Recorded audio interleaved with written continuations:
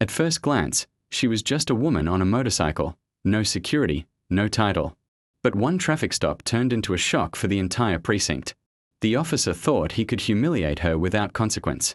He had no idea who he was messing with. This story isn't just about justice, it's a cold shower for the entire system. And what happened next, nobody would forget. The morning was ordinary.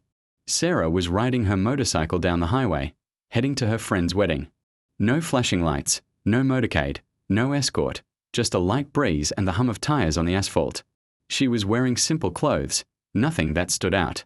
But Sarah had a name that everyone in this county knew. They just didn't know what she looked like as she approached the checkpoint near Harmony Creek. 3 police officers were standing lazily by the road. In the center was Officer Johnson, a scowl on his face and a baton in his hand. He gestured for her to stop. She calmly pulled over to the side of the road and killed the engine, composed and polite. "Where do you think you're going?" Officer Johnson asked rudely, not even bothering to say hello. "I'm going to my friend's wedding," she replied curtly. Johnson looked her up and down. Young, beautiful, confident. It irritated him. "So, a party, huh? Where's your helmet? And you were speeding. Guess you'll have to pay a fine." He already had his notepad out, but his eyes said something else. Not concern for the rules, but a desire to humiliate. "Sir, I didn't break the law," Sarah replied calmly. "Oh, so you're a smartass, too," he growled. "We are the law here. Remember that." He glanced at the other officers. "Let's show her what happens when you talk back to us." Before she could say anything, he slapped her hard across the face. Silence hung in the air. Even the other officers froze for a second. She staggered, but stayed on her feet. Fire ignited in her eyes, not fear, but anger. But she remained silent, wanting to see how far they would go after the slap, which made her ears ring. Sarah stood her ground. No tears, no screams, just a quiet, icy silence. Her hair was disheveled, her cheek was red, but she looked directly at the officer. This infuriated Johnson. He was used to other reactions, to pleas, to excuses, to fear. But here was a cold, piercing gaze. "What are you looking at?" he snarled. "You think just because you're not talking, you're in the right." He waved his hand, and one of the constables approached. "Sir, maybe we should take her to the station?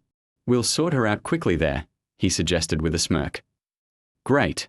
Get in the car," he barked, grabbing Sarah's arm. "Don't you dare touch me," she said sharply, pulling her arm away. There wasn't any fear in her voice, only confidence. "Oh, so you're giving orders now?" The officer was enraged. "We'll show you who's in charge here." The second constable grabbed her hair and tried to drag her to the car. She cried out in pain, but refused to break, never revealing her name or position. She watched carefully, cataloguing every detail. Who was doing what? Who was silent? Who was participating? Then came the crunch. One of the policemen smashed her motorcycle with his baton. "Think you're so holy? We'll play with you now, sweetheart." Johnson stood aside, watching his subordinates abuse her. "Thinks she's special. We'll see how long you stay quiet at the station." They shoved her into the patrol car like a criminal. In the backseat, she looked out the window. Everything that was happening seemed surreal, but silence remained her weapon. At the station, they drag her past dirty walls, peeling paint, and the smell of mold. "Hey, coffee here!" Johnson yelled. "We have a special guest." Sarah didn't answer. She just scanned the building, as if peering through the concrete into the souls of those who worked there. One of the constables approached Johnson and whispered, "Sir, what are we holding her for?" "Does it matter? Write her up for speeding, no helmet, whatever. The main thing is to break her pride." She heard every word. Her face remained calm, but a storm raged in her eyes. "Name, address, surname?" The officer asked. She was silent. "Are you deaf?" He slammed his fist on the table, scattering papers. "I said, what's your name?" Silence. Finally, she looked him straight in the eye and said, "Jessica Brown." "Aha, so you know how to lie," he laughed. "You'll pay dearly for that extra trickery." She was thrown into a dark cell where 2 other women were already sitting. "Sister, What did they get you for? One asked. Sarah just smiled slightly. She didn't answer.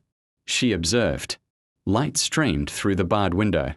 Every minute reminded her she wasn't there by accident. She gave the system a chance to show its true face, and it was ugly. Johnson didn't stop. He pulled out an empty folder and ordered, "Charge her with extortion and theft." "But, sir, there's no evidence." "We don't need evidence here. We'll make it up." When the constable entered the cell and roughly pushed her shoulder, everything inside her was already boiling. But before the officer could raise his hand again, a voice boomed from the doorway, "Stop!" Everyone turned around. Senior Officer Miller stood in the doorway. His face was stern. He glanced at Sarah, then at the others. "What's going on here?" Johnson tried to weasel his way out. "A trivial matter, sir. Just a rude woman." But Miller wasn't a fool. He carefully studied Sarah's face. There was something very unusual about this woman. He took a step forward. "What's your name?" She was silent again. "See, sir. She won't even tell us her name." Johnson laughed, but now Miller was on alert. Something was wrong, very wrong. And soon the whole truth would come out. Officer Miller stared intently at the woman who had just been let in like a criminal. Something about her silent gaze, restraint, and posture bothered him. It wasn't street arrogance. It was strength. A strength that wasn't displayed, but felt. "Take her to a separate cell. I'll personally oversee it," Miller said sternly. Johnson tried to object, but Miller's gaze left no room for argument. "She's dangerous, sir. She's already snarled at everyone," he stammered. "That's the point," Miller replied calmly. "Her silence is more dangerous than your shouting." Sarah was moved to an even darker and more stuffy cell. From there, she could only see a rusty drainpipe and an old broken table. She sat in the corner and fell silent again. Time passed, and then there was a knock at the entrance.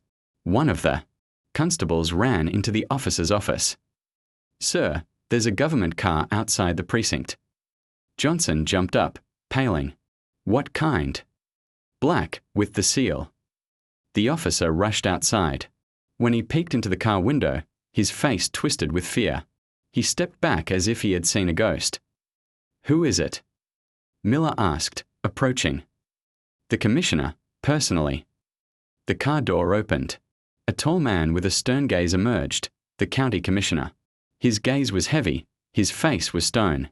He entered the building and slowly looked around at everyone. The silence was deafening. "Officer Johnson, what's going on here?" "Nothing, sir. A simple arrest." "Simple." The commissioner picked up a folder. From the table, flipped through it, stopped, frowned. "It says here, theft, extortion, insubordination. Is there any evidence?" Johnson stammered. "We are working on it, sir." The commissioner walked silently toward the cell. "What's this woman's name?" "Jessica," someone muttered. Sarah slowly raised her eyes. For the first time in a long time, she spoke, a slight smile on her face, with metal in her voice. "Sarah Bennett." The entire building seemed to die. All heads turned. Constables exchanged glances. Johnson backed away. Miller straightened up. "Sarah Bennett." The county attorney, the commissioner, turned sharply to Johnson. "You arrested her." The officer lost his power of speech. His face turned as white as paper. His hands trembled. The commissioner didn't shout. His voice became even quieter, but that made it sound scarier. "You insulted a senior government official, used force, and forged documents." "Sir, it's a misunderstanding." "Your misunderstanding will now be in a report to the ministry." Miller, the senior officer, stood aside and watched everything. Now he understood why his intuition hadn't let him down. This woman was more than just an official. She was a principal. "Take him away," the commissioner ordered. "Wait." Johnson suddenly shouted, pulling out a folded sheet of paper. "I have a transfer order. I haven't worked at this precinct for 3 days." He handed the paper to the commissioner, who examined the document. "Miller, check it." "Yes, sir." He opened the computer, checked the record, and nodded. "Correct. But the replacement hasn't taken office yet. According to the system, Everything that happened falls on him. The commissioner slowly raised his eyes. So, you're still responsible. Johnson lowered his head, but then jerked back up, desperately trying to escape. I'm not alone. They were all with me. These constables, even the leadership, nobody was against it. Some officers stepped back, glancing fearfully at the commissioner. Miller stared intently at everyone. Sarah observed calmly but firmly. If one rots, the system can heal. But if the rot is inside everyone, you have to cut it all away. The commissioner nodded. As you wish, They will all answer, one by one. Outside, journalists had already gathered. The news spread like wildfire. Cameras were waiting for the officials to emerge, and inside the building was seething. When everyone found out, even the sheriff, the highest officer in the county, arrived at the precinct. What kind of circus is this? He asked. Walking in, Sarah approached him closely. She had a folder in her hands. Want to know? Here's your file. The sheriff took the folder, opened it, and froze. His face paled. The commissioner didn't wait a second to make the arrest. For the first time in this precinct, they weren't arresting street vendors and the poor, but the sheriff himself. A storm began the moment the sheriff, the most powerful officer in the county, was arrested by order of the commissioner. The precinct building seemed to fall into silence. Even the walls seemed shocked. No one dared to speak. No one knew what would happen next. The sheriff stood holding the folder of documents. Sweat glistened on his forehead. Just that morning, he was dictating orders, humiliating subordinates, and feeling untouchable. Now, Sarah's gaze burned right through him. You thought your uniform was the end of authority, she said quietly. No, authority is responsibility. And you sold it. The commissioner gave a sign, and 2 officers took the sheriff by the arms. He didn't resist, just exhaled as if all his strength had left him. But that wasn't the end of it. Sarah turned her gaze to the others, the same police officers who had laughed, beaten, and humiliated her. Now they stood, not knowing where to put their eyes. Everyone who was silent is an accomplice. Everyone who watched but didn't interfere is guilty. Miller, who had been silently observing the course of events, took a step forward. With your permission, I will personally begin an internal investigation into each of the employees. Start it. Today, the answer was as short as a gunshot. That moment, a roar came from the entrance. Journalists, bloggers, cameras, everyone was already waiting. Someone had managed to pass the information to DC, and the reaction was immediate. Sarah walked out of the building. Dozens of camera flashes fell on her. What happened at the precinct? Is it true that the sheriff has been arrested? Are you really County Attorney Sarah Bennett? She stopped and looked at everyone. This isn't about me, it's about the system. How many more people are suffering in the shadows? How many innocents are broken under pressure? Today you saw, if you remain silent, you allow evil to grow, and if you stand up, you can change everything. She didn't say anything else, turned, and walked to the car. Her motorcycle was smashed, but now it didn't matter anymore. The next day, panic broke out in the regional news center. The headlines read, County Attorney exposes corruption. 40 police officers under investigation, sheriff arrested. The Department of Justice requested an emergency report. The governor personally called the county commissioner. I need to know everything.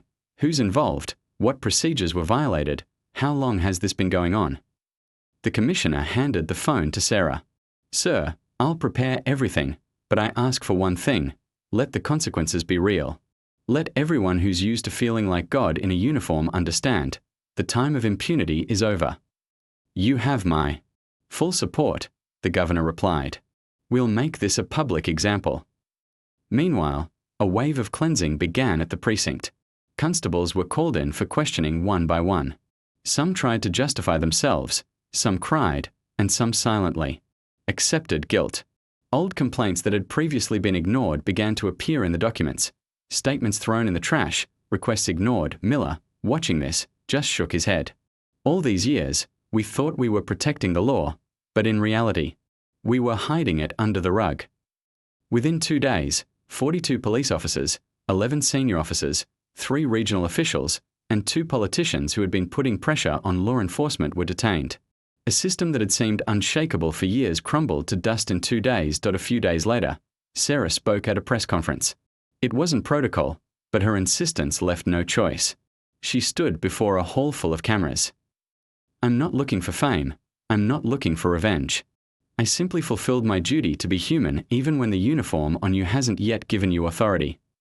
Pause. That day, I could have shouted, "I'm the county attorney," and it would all be over. But I remained silent. I wanted to see how deep the rot had penetrated. I wanted to gather not emotions, but evidence. And you saw the result yourselves. Silence fell in the hall. This precinct will now be disbanded. A new structure will appear in its place with new people, with a system where the voice of the citizen is no quieter than the voice of the officer. The applause was unofficial, but loud. After the press conference, an old woman approached Sarah, tears in her eyes. "Daughter, my son was taken by these same policemen 2 years ago. They then threw him out by the road. You gave me hope." Sarah hugged her. "I'm not alone. Now there are many of us." By evening that day, the whole country knew the name Sarah Bennett. Her story became a symbol of the fight against the system, a symbol of courage, and a reminder. When one person stands up, an entire wave rises behind them. Several weeks passed. Harmony Creek was no longer the same. The police precinct where injustice had been committed was closed. Its walls no longer saw violence or lies. In its place, a new building was being built with transparent windows, an open hall, and a sign. To serve means to protect, not to suppress. Sarah didn't like the hype. She didn't give interviews, she didn't accept awards, but the whole country knew her name. People talked about her on buses, in schools, in the news. An ordinary girl who could have remained silent, but chose the truth. Could have defended herself from the first word, but chose the test. Her story became not just a story about courage, but a mirror into which everyone looked. From the youngest constable to the governor. One evening, she stood on the roof of her house, looking at the city lights. From below came children's voices, the smells of street food, the ringing of bicycle bells. Miller approached her. He no longer wore the same uniform. Now he was part of a new team, a team that was only hired based on trust. "Do you think everything will change?" he asked quietly. Sarah didn't answer immediately. "Not immediately," she said. "But today is a beginning." He nodded. "And it all started because you just remained silent." "No," she corrected. "It all started because someone decided not to be afraid." In the back, an ambulance siren played. A street lamp was turned on somewhere in the distance. Life went on, but now in a different light, because one woman had reminded them, true power is not in the badge, but in the conscience. M.